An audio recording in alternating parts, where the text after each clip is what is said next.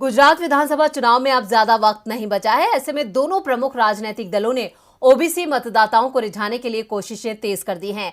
स्थानीय निकाय चुनाव में ओबीसी समाज को जनसंख्या के आधार पर उचित प्रतिनिधित्व देने के लिए गठित समर्पित आयोग के सामने बीजेपी और कांग्रेस ने गुरुवार को अपनी मांगे रखी।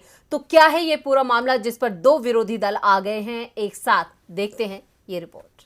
गुजरात चुनाव ने राज्य का तापमान बढ़ा दिया है। इस बार गुजरात में कांग्रेस बीजेपी को बड़ी टक्कर देती नजर आ रही है, जिसने बीजेपी की चिंता बढ़ा दी है। तो वहीं ओबीसी वोट बैंक को साधने के लिए कांग्रेस और बीजेपी ने आयोग के सामने कुछ मांगे रखी हैं। 1 सितंबर को भारतीय जनता पार्टी और कांग्रेस के प्रतिनिधिमंडलों ने ओबीसी आयोग को ज्ञापन सौंपा है। इस ज्ञापन में सरकार ने अन्य पिछड़ा वर्ग के लिए आरक्षण से जुड़े फैसले करने के लिए स्थानीय निकायों में पिछड़ेपन की प्रकृति और निहितार्थ की जांच करने के लिए कहा गया है। बीजेपी ने स्थानीय निकाय चुनावों में ओबीसी समाज को ज्यादा से ज्यादा आरक्षण देने की वकालत की है, तो दूसरी तरफ विपक्षी पार्टी कांग्रेस ने आरक्षण को 27% तक करने की बात कही है। गुजरात पंचायत कानून के अनुसार ग्राम पंचायत चुनावों में ओबीसी समुदाय के लिए 10% सीट आरक्षित है।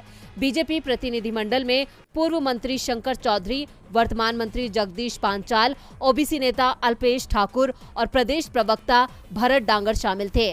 डांगर ने गांधीनगर में कहा कि भाजपा हमेशा अंतिम कतार के अंतिम व्यक्ति के उत्थान के दर्शन में विश्वास करती है।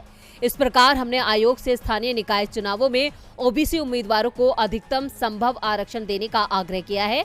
हम ओबीसी को न्याय देने के लिए प्रतिबद्ध हैं। गुजरात कांग्रेस अध्यक्ष जगदीश ठाकुर ने संवाददाताओं से कहा कि उनकी पार्टी राज्य में ओबीसी की सही आबादी का पता लगाने के लिए जाति सर्वेक्षण के पक्ष में है। उन्होंने कहा, आरक्षण आबादी और ओबीसी की वर्तमान सामाजिक एवं आर्थिक स्थिति के आधार पर दिया जाएगा। ऐसे में हमारी पहली मांग ओबीसी आबादी का पता लगाने के लिए जनगणना कराने की है। हमारे अनुमान के अनुसार राज्य में ओबीसी आबादी का 52% है। हमने आयोग से आरक्षण को वर्तमान में 10% से बढ़ाकर 27% करने का आग्रह किया है। यहाँ तक कि बजट भी इस नए अनुपात के अनुसार ही आवंटित होना चाहिए। गुजरात की बीजेपी सरकार ने स्थानीय निकायों में पिछड़ेपन की प्रकृति और प्रभाव के बारे में आंकड़े एकत्र करने और उनके विश्लेषण के लिए जुलाई में आयोग का गठन किया था। वैसे ये पूरी कवायद आने वाले चुनाव से जोड़कर देखी जा रही है।